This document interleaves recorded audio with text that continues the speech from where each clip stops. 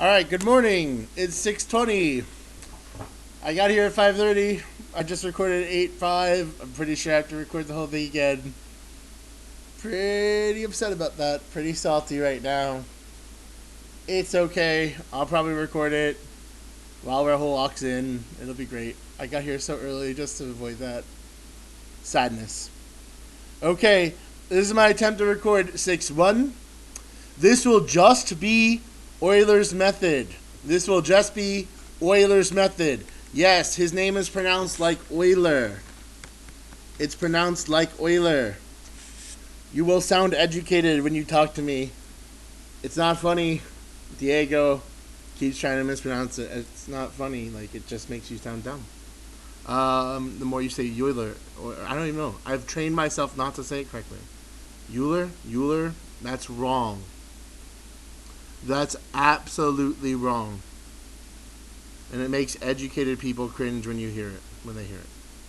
Okay. So, as you can tell, I'm pretty upset.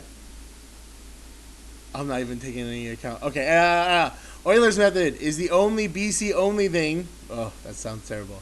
Is the only BC topic, quote unquote, in section 6.1.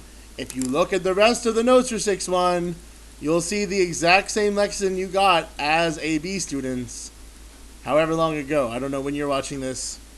God forbid it's in May. Because most of you already saw me do this live, but this is quick enough. We can talk about it. It's going to be great.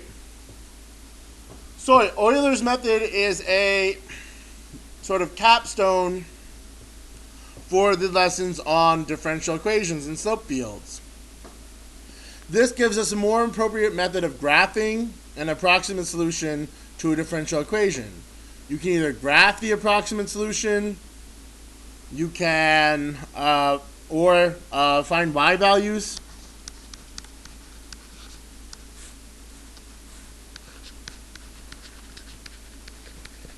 and all you need, the key idea is all you need is, wow, my writing is even taking a hit.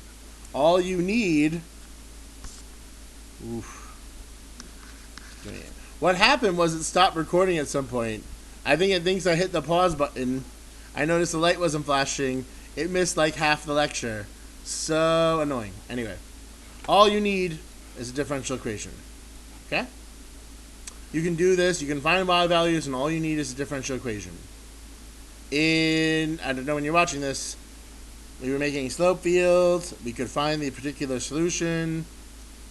We didn't talk about how to find potential y values. We just found the solution that we had to find the y values. But this is a pretty quick method. All you need is this table. You should memorize this table. They will not give you a table on the test. They will absolutely not give you a table on the test. You need to construct the table. You need to construct the table on the test. So, x column, y column, dy dx column, dy dx column, here's dy dx, here's dy dx, and the step for y will be equal to the slope times the step for x times the step for x. The slope here is also dy dx, guys. Okay? That's what we mean by slope. Here we go. We're going to start at the point 0, 1. They will always give you that. They will always give you this value. So x is starting at 0, y is starting at 1. At the point 0, 1, what is the value of dy dx? In this case, the value of dy dx is y. It's just whatever y is. So it's just 1. A question we got when we were doing these live sessions, and that's why these live sessions were good, I don't know if we'll start them soon, was that, how do you know? Or is it always going to be y? No, it's going to be whatever's right here. Whatever they tell you dy dx is. Alright, so delta y will equal the slope times delta x. What's the slope here? 1. And now what's delta x? Delta x is given to me. Most times it'll be given to you. Sometimes they'll say start at 0, end at x equals 5, with how many steps? And then you'd have to do start minus, or finish minus start divided by the number of steps. And you'd have to find it. Usually not. This is point 1. I was telling my tutoring students. I was telling BC students. I was telling people who showed up to the session here. This is usually on a non-calculator FRQ question. You need to be able to multiply decimals in your head. The joke that we found most funny was go to Khan Academy, ask them how to multiply decimals together. Multiplying by 0.1 is easy. You just move the decimal 1 to the left.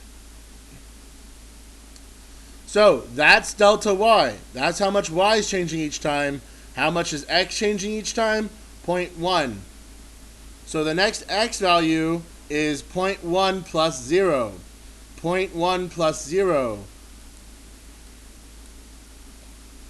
The x value after that, 0.1 plus 0.2.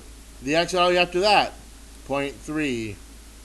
So sometimes I tell my students to fill in the x column first to make sure they're getting to the final x value the problem asked you for. Sometimes that's not guaranteed. Sometimes you might have messed up delta x and you won't get there as easily. Anyway, what's y? The step for y at first is also 0.1. What's 1 plus 0.1? 1.1. So dy dx is what? Dy dx is just y in this case.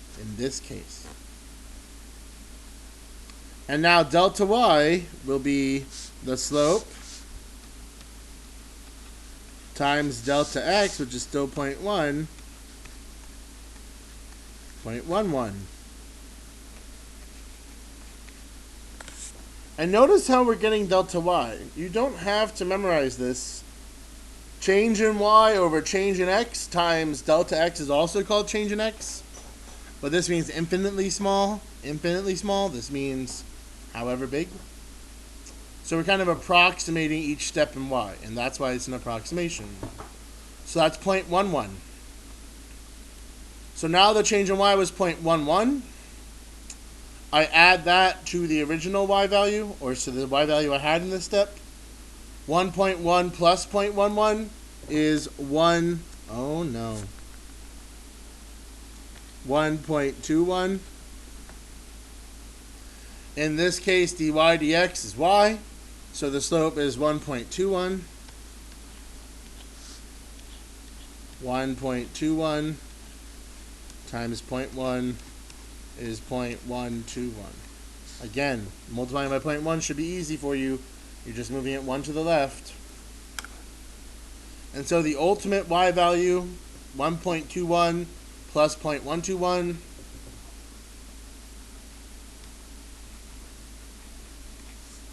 is 1.331. So this is only an approximation. This is only an approximation, but here's how it helps you graph.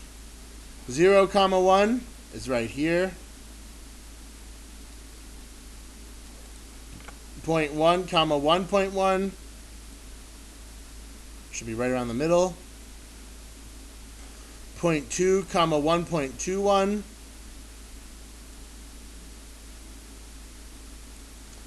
And 0.3, 1.331. Again, right around the middle, a little bit north. So it's giving us this really, I don't know, blocky thing is what we're thinking. I'm going from here to here. Oh wait, I wanted to use thin lines, watch. And you'll be able to see that the slope is changing each time. Here to here, here to here. So it's not smooth. You could play connect the dots in a smooth way to try to sketch the partial solution. But the idea is this is less good of an approximation. That's what we're doing. We're using tangent lines each time to approximate this. So that's the change. It only works over a really small area. Finding y values, that's the main idea. That's usually how they ask it on the AP test. Alright, solve dy dx equals y algebraically. I'm going to go through this pretty quickly. You guys have all passed the point where you learned it in class when I'm recording this, so I'm not feeling very sensitive to it. If you want to, you can pause it here. You can come ask me. I don't know. We're going to separate the variables. All the y stuff on one side, all the x stuff on the other. I want to integrate both sides. I'm not even writing the integral symbol. Okay? Let's call it C1 because I know what's going to happen. I just integrated both sides. Alright, how do I get rid of natural log? E to the both sides. That will make it absolute value y equals e to the x times e to the c1. Y equals plus or minus e to the c1. All becomes capital C. This is just exponential growth. It's exponential growth with k equal 1. You should know the differential equation for exponential growth. I can find the value of c using the starting point. 1 equals c e to the 0. C equals 1. So what's the actual function? Y equals e to the x.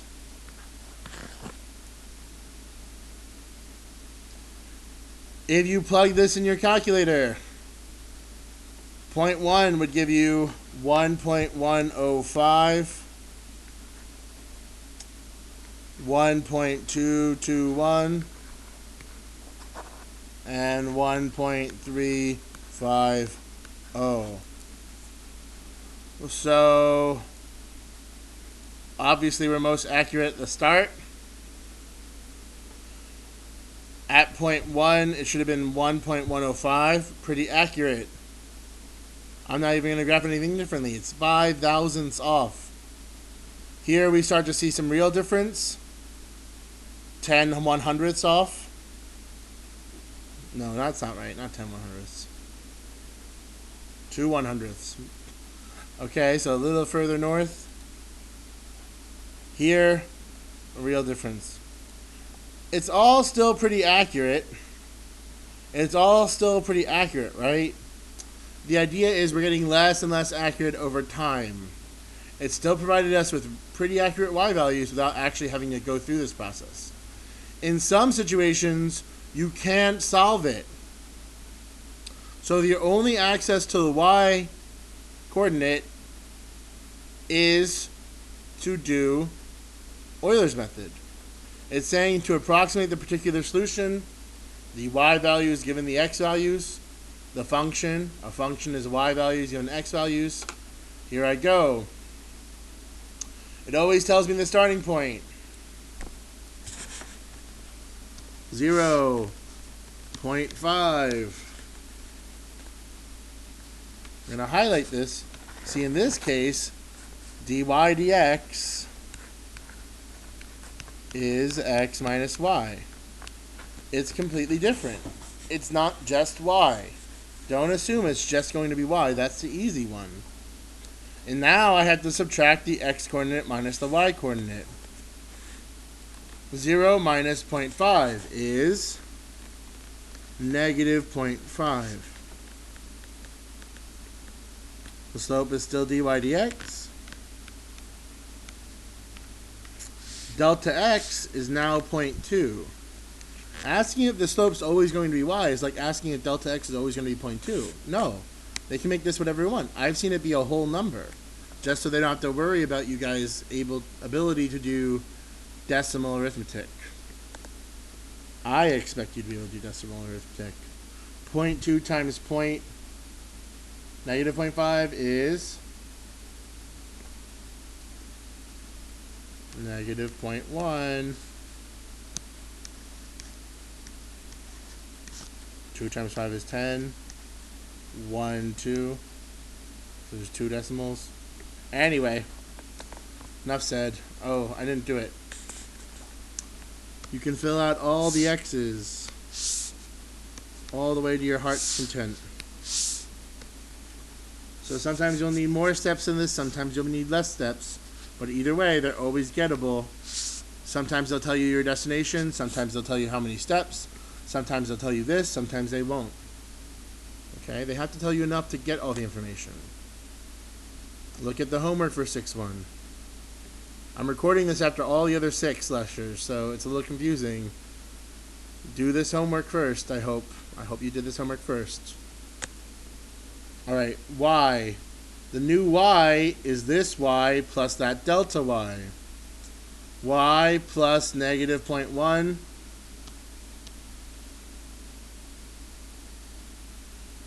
X minus y is the equation for slope. Negative 0.2. You said it. Times 0.2. Negative 0.04. Really small change. Really small change in y. So I use that change to tell me where to go next. 0.4 minus 0.04. 0.36. 4 minus 0.36 is 0.04. Now this is bigger, so it's positive. Careful. Positive, negative, negative. 0.04 times 0.2 is 0.008. Okay? I was joking with Amy that, like, you can write this as 4 hundredths times 2 tenths and just do your fraction arithmetic. That's fine. Right? Because 4 hundredths times 2 tenths. Top with top, bottom with bottom. Maybe some of you are better with that. You honestly should have practiced that more, although some of your predilection toward decimals make me think you guys still like haven't mastered fractions. Anyway. So now it's a positive change in y. So I add this to that. 0.368.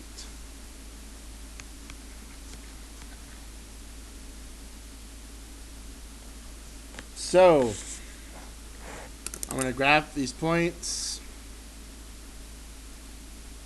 just to show you what's going on one more time.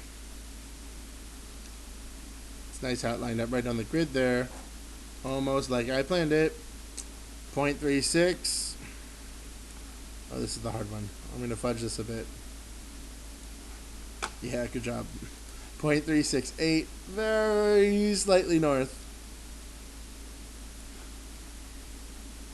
And again, what Euler's method did was provide me with straight line approximations. Now, if you wanted to sketch the actual curve, you would use that. But really quick, before I even do that, let me show you. Sketch a particular solution. Here's our graph. Our graph started at 0.5. Does that follow the flow? If I was going to go here and try to follow the flow, starting here, yes, the graph is telling me to go smooth. Maybe I wouldn't always hit the points. Oh, that's so ugly. Maybe I wouldn't always hit the points.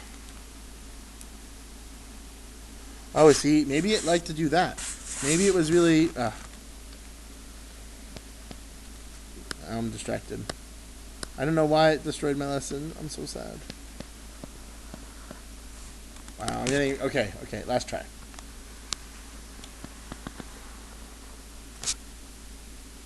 This would be acceptable. I'm finding the flow here. Okay, I lied. Not last try.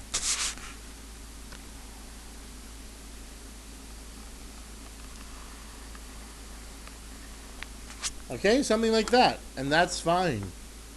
That's just fine. Do the graphs coincide enough? I can create this. They're approximations of one another, right? That's all.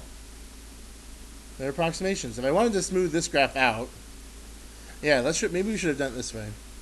Yeah, let me try to smooth this out.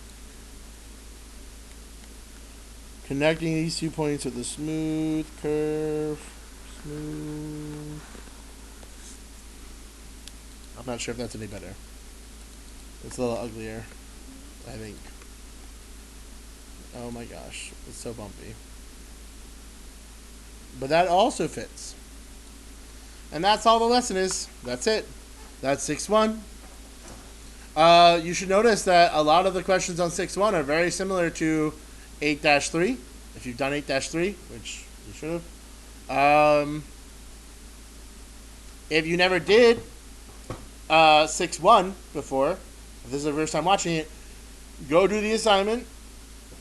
Focus especially on problems that say Euler's method. You do have to know it. You have to have that table memorized.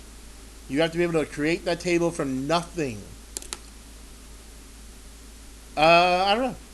Otherwise, this is the last video in 6. This is my first whole unit. Yay. Alright. Thank you for your hard work. I'll talk to you later. Make sure you do the assignment. Have a lovely day, guys. Bye-bye.